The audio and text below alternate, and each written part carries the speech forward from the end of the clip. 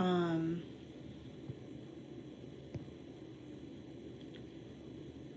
you guys, for some reason, I am feeling called, and sometimes I feel called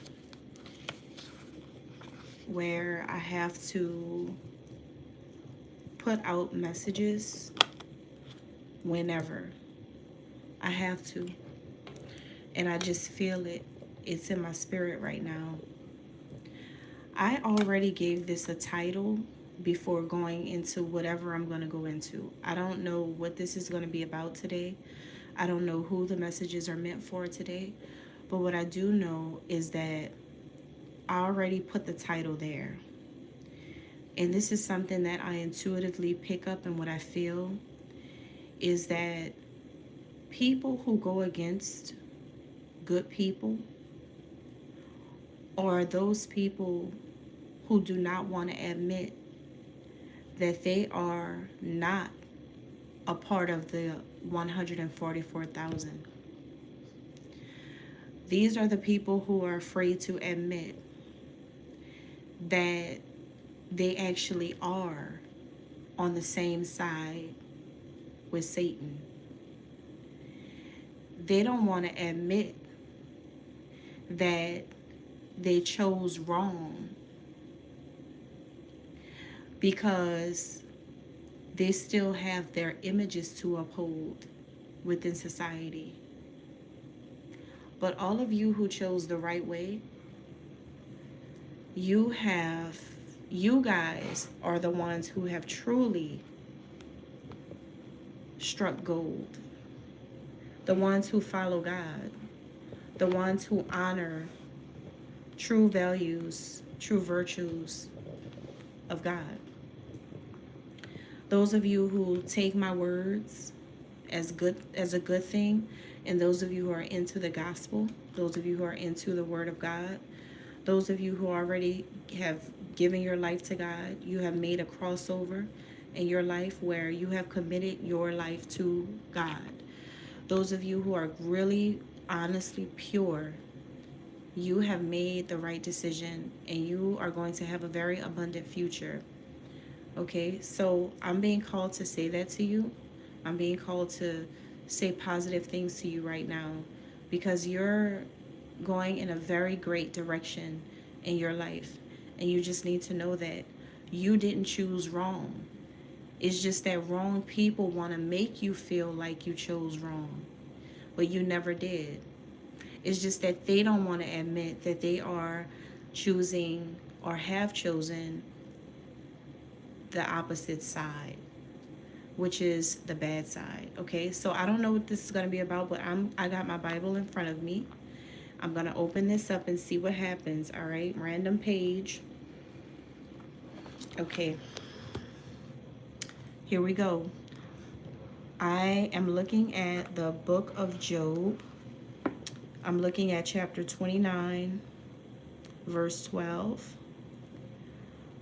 And this is page 638. So this is what it says. Because I rescued the poor who cried for help, and the fatherless who had none to assist them. The one who was dying blessed me. I made the widow's heart sing. I put on righteousness as my clothing. Justice was my robe and my turban. I was eyes to the blind and feet to the lame. I was a father to the needy. I took up the case of the stranger. I broke the fangs of the wicked and snatched the victims from their teeth. I thought, I will die in my own house, as my days as numerous as the grains of sand. My roots will reach to the water, and the dew will lie all night on my branches. My glory will not fade. The bow will be ever new in my hand. People listened to me expectantly, waiting in silence for my counsel. After I had spoken, they spoke no more. My words fell gently on their ears. They waited for me as for showers and drank in my words as the spring rain. When I smiled at them, they scarcely believed it. The light of my face was precious to them. I chose the way for them and set as their chief. I dwelt as a king among his troops. I was like one who comforts mourners. Okay, read that for yourself as well so that you can get a better understanding. This is Job, verse 12 through 25. Basically, this is Job expressing, this is Job's final defense. Job's final defense. This is basically when Job says everything after going through all of these things that these people have placed upon his life. Friends, family members, total strangers, people around the community have come against Job, and Job never did anything on the type of level that these people had done to him. Job was considered the good one. He wasn't, like a man who was perfect, and he even admits that. Job even admits that. Like, I was never perfect. I'm not perfect. But and it's like he didn't give himself enough credit during the whole book of Job. He never really gave himself enough credit for being a good man. So going back to the Pisces reading that I just did yesterday, it's interesting how Job comes out now, and this is for the collective and not Pisces. This is how you know that this is real. So what is happening here is something you should know about Job's story. This may be you, this may be me, this may be someone you know. But there is a situation here where there is a person who is in the character as Job, whether it's a male or a female. And there has been so many people, even the people in your family, friends, closest people connected to you, who have come into your life or come around you to press you with certain questions, or have mocked you, have tried to break you completely down, without realizing that the spirit that is operating and controlling these people, when they do this, that spirit inside of them is how Satan is working through them to test you. See, everyone that came up to Job and had like this monologue piece to recite to Job, they were trying to test Job's spirit to see when would he flinch, when would he give in, when would Job fail, when would he stop believing, when would he fold. Each person came up to Job with really, quote unquote, great words that would make any person second guess themselves. Job never second guessed himself. He may not have had an ego. He was very humble, and he was also too humble to understand exactly what they were trying to do in the moment. Job's humility didn't allow him to stand up to these people who came into his life trying to criticize, ridicule, mock, tease, taunt, and do all of these things to him. He was too humble to let them know before they could go on who he really is, and what he means to God. See, there's something about Job's humility. It's like he knew he was in the right. He was a good person, a good man. He knew he hadn't done anything wrong to deserve these things from people that are closest to him. He knew that there was nothing in him that would make him a target for those he loved. He knew it. But that humility kept him from proving himself to these people. He allowed multiple people to come in and test him, to test his faith, to test his loyalty to God, until he finally gave his final defense And it didn't come until after the wisdom was found. Because before chapter 29, you have chapter 28. And 28 is the interlude where wisdom is found. Job found wisdom in this entire situation. Wisdom beyond rubies. It's something that cannot be bought with pure gold, verse 19 says. So Job was not searching for the pot of gold at the end of the rainbow. Like most people whose heart is not set on God, that's what they look for.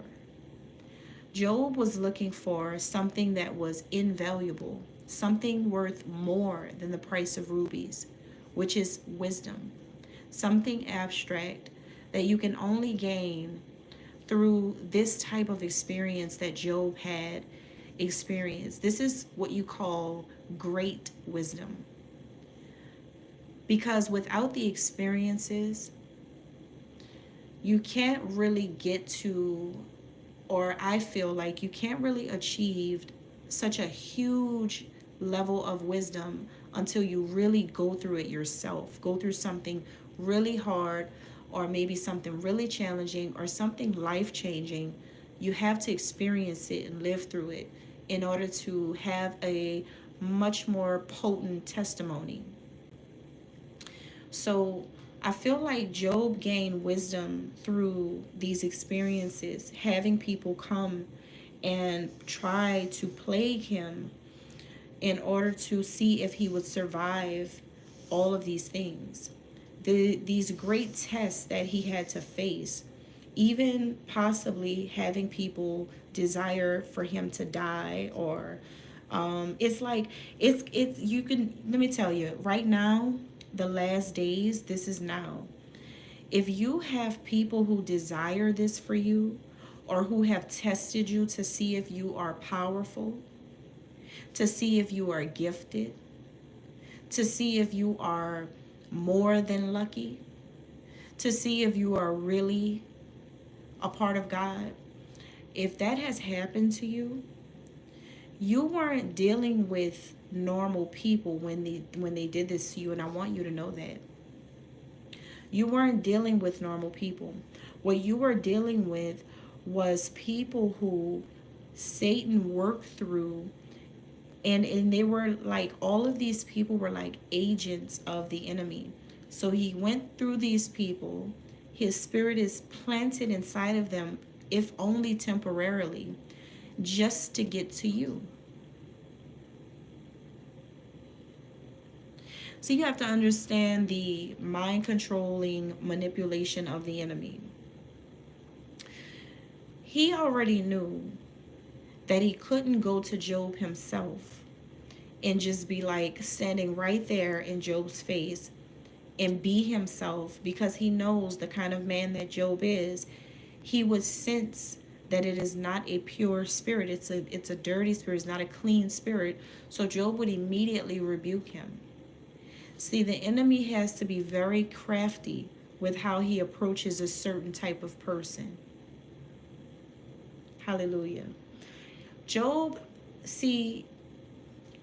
always had something within him that made him worthy.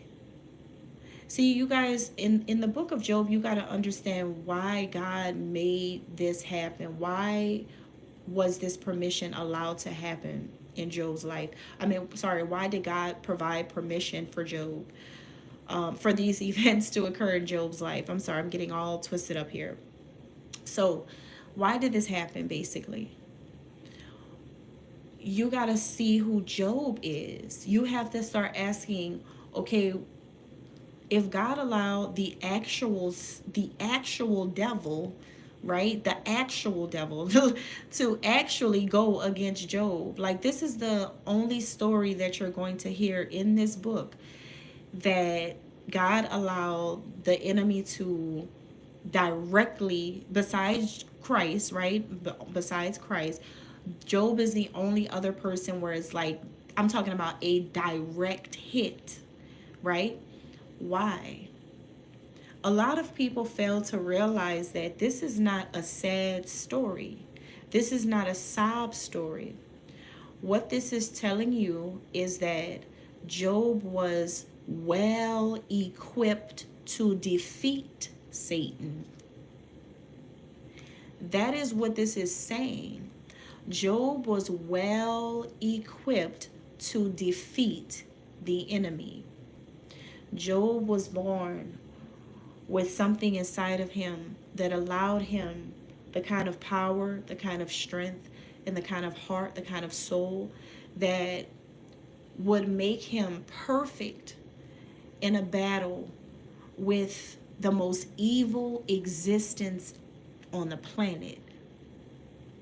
That is something that is so important that a lot of people miss when they're reading the book of Job. Next to Christ, you have Job. And I'm very, very serious about this because sometimes you got to really look at what's going on here. The enemy had a conversation with God, and God said, you are allowed to do whatever you want to Job as long as he lives. Who is Job to make God give the enemy permission to do this? When you really think about it, you know how you hear about archangels. You hear about Archangel Michael, Archangel Raphael, Archangel Ariel, Archangel Chamuel, so many different archangels, right? And archangels, you're taught to know that they are the mightiest, they are the most powerful, they are the strongest, they are the ones who are the closest to God. They have the closest connection to God, these archangels, right? They're like very powerful. They're right there at the gates of heaven and everything.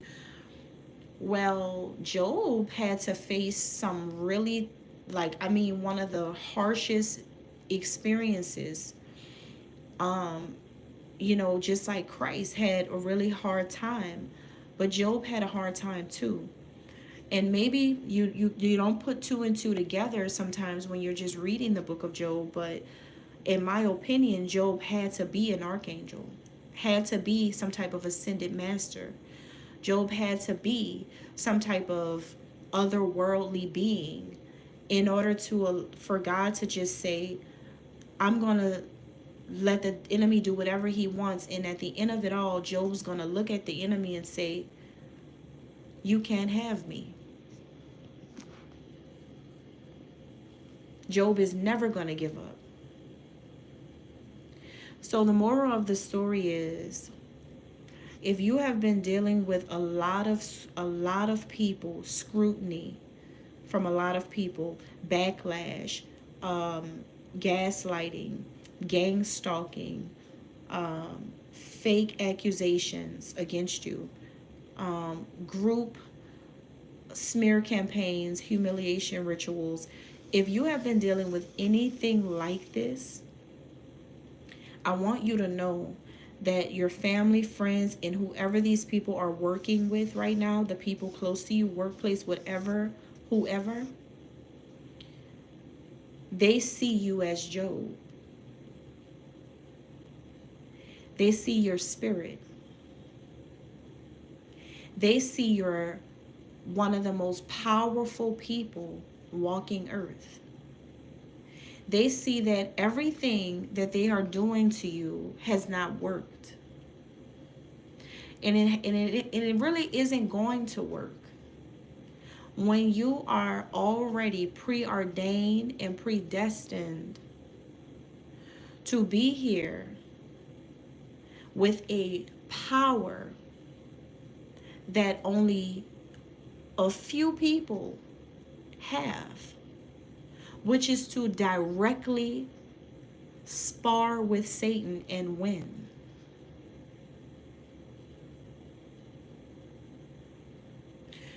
You have to understand what you're going through. Now is not a time to worry about what they're doing. Now is not a time to worry about what they have done. You can't change what they have done, and you can't change what they do because they have free will. But what you can change is how you see you. Just like the next time you read the book of Job, when you read it, you're going to see Job in a different way. Because you're going to realize that this had to be somebody really, really, really, really, really, really special in order for God to allow all of these things to happen. And when you think about what you're going through, you're going to remember that you must be someone that's really, really, really, really special to God in order to allow things like this to happen. And you didn't do anything to deserve it. Just like Job, Job was minding his business. He was taking care of his family. He made a lot of money and had a lot of nice things. Job took care of himself and took care of people. Job had a very giving heart. He would have never hated on people the way they hated on him. He would have never did anything like this to people. Like, there is really literally nothing that Job did to all of these people, complete strangers, in order to receive this type of thing to happen. See, you have to see also that these people who came around Job were also being instigators. They were being nosy. Because you see, when people jump into other people's lives without permission and they start to watch and pay attention to someone else's life, and they find secretive, confidential information, people are literally, I feel like right now, people are obsessed with you guys. People are obsessed with you right now because people have, they think in their mind, because you don't see them when they watch you, and they think in their mind that you don't know that they're paying attention to every single thing you do, and they're using it to try to go against you with the information that they think you don't know that they can see. They feel like they have some type of upper hand, just like all of these people who came against Job. These people who came against Job didn't realize when they were doing this that Job was actually like the actual source for these people. Job provided for the entire community, for all of his friends. He was, like I said, he was the man. He was like a king without the title. Some of you, male or female, you could be the queen. You could be the king, whether they want to admit that to you, whether they want to call you that or not, whether they see you this way or not. They all know you are. But see, they think from their perspective that when certain things have happened to you, some of you could have lost a home, some of you could have lost a car, some of you could have lost children, some of you could have lost a marriage, some of you could have lost a love relationship, some of you could have lost things that really mattered to you, things that were so important to you, it would be important to anybody. Some of you could have gone through a season, and seeing a certain season that you were in, people were so used to you being the queen, the king, having everything, having so much support, always having love and support, and people always having your back and saying positive things about you. You were always very successful. You were always ambitious and motivated by your own desires. People were so tired of seeing you up, seeing you win, seeing you succeed. So the moment when God allowed you to go through this really devastating season in your life, people saw that as an opportunity to feel for a short time. That was their big, huge opportunity to feel like they had something over you. So now what you have is a whole influx of human beings who think that they are counselors, your advisors, your teachers, your masters, your more wiser ones. You have people giving collective advice to people who are not going through things like that, but they're inspired by you. And that's their way to show that they care about you. But forgetting that you are their teacher, you are their counselor, you are their mother, you are their father, you are their source, you are their inspiration, you are their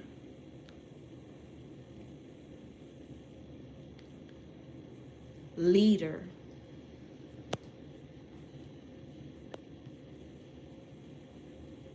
The whole entire time, you are their leader.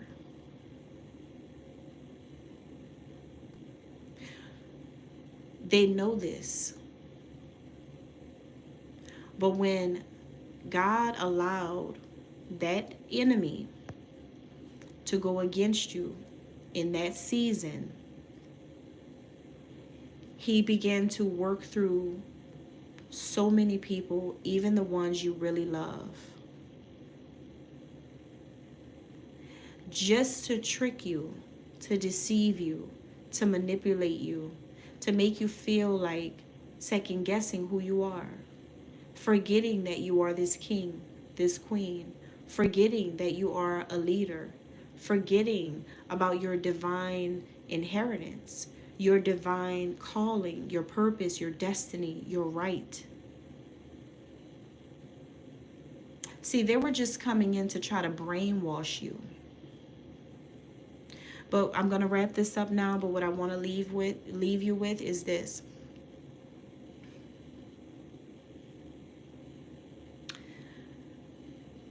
You only went through this because God already knew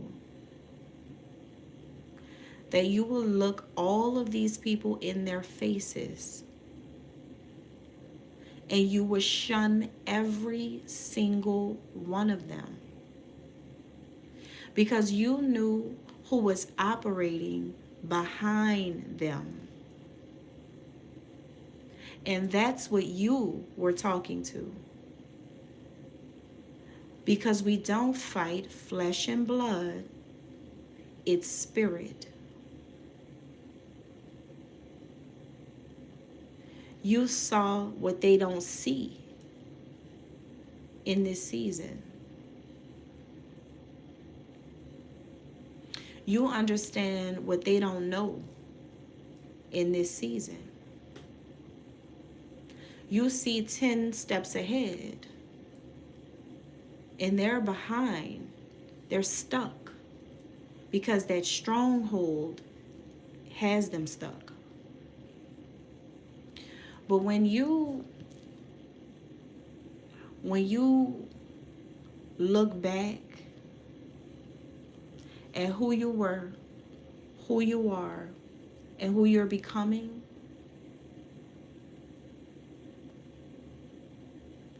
you are going to remember something about this entire thing, and you'll never forget it.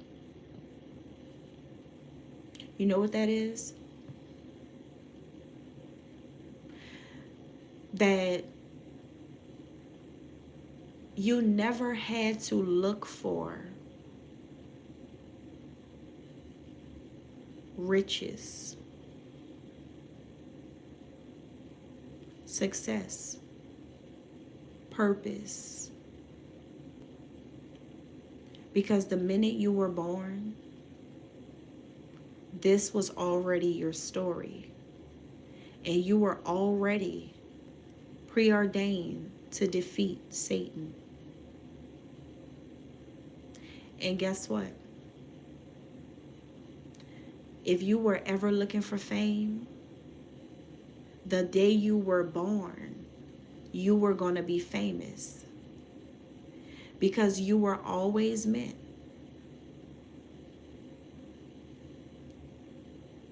to defeat Satan. You were always meant.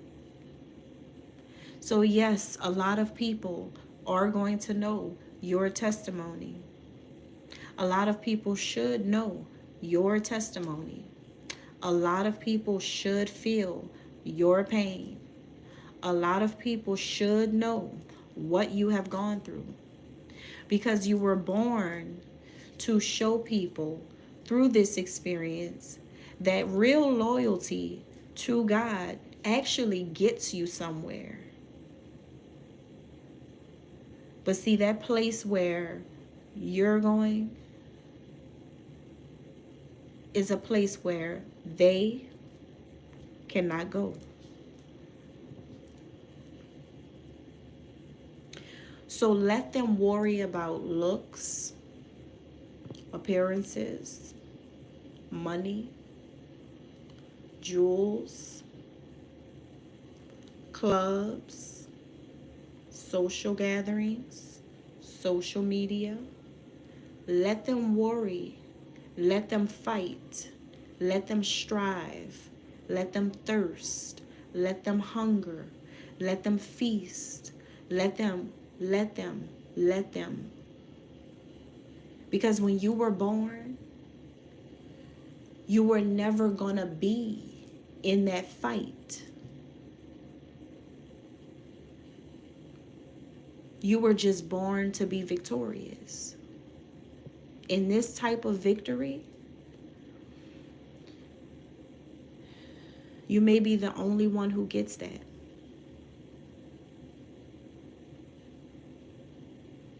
So you really do have like the best life.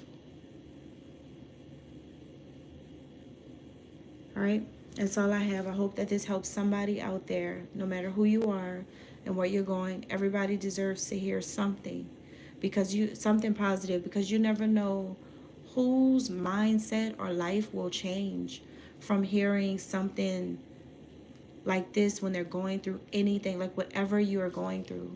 I just want you to know God is real. This is real. Thank you. God bless.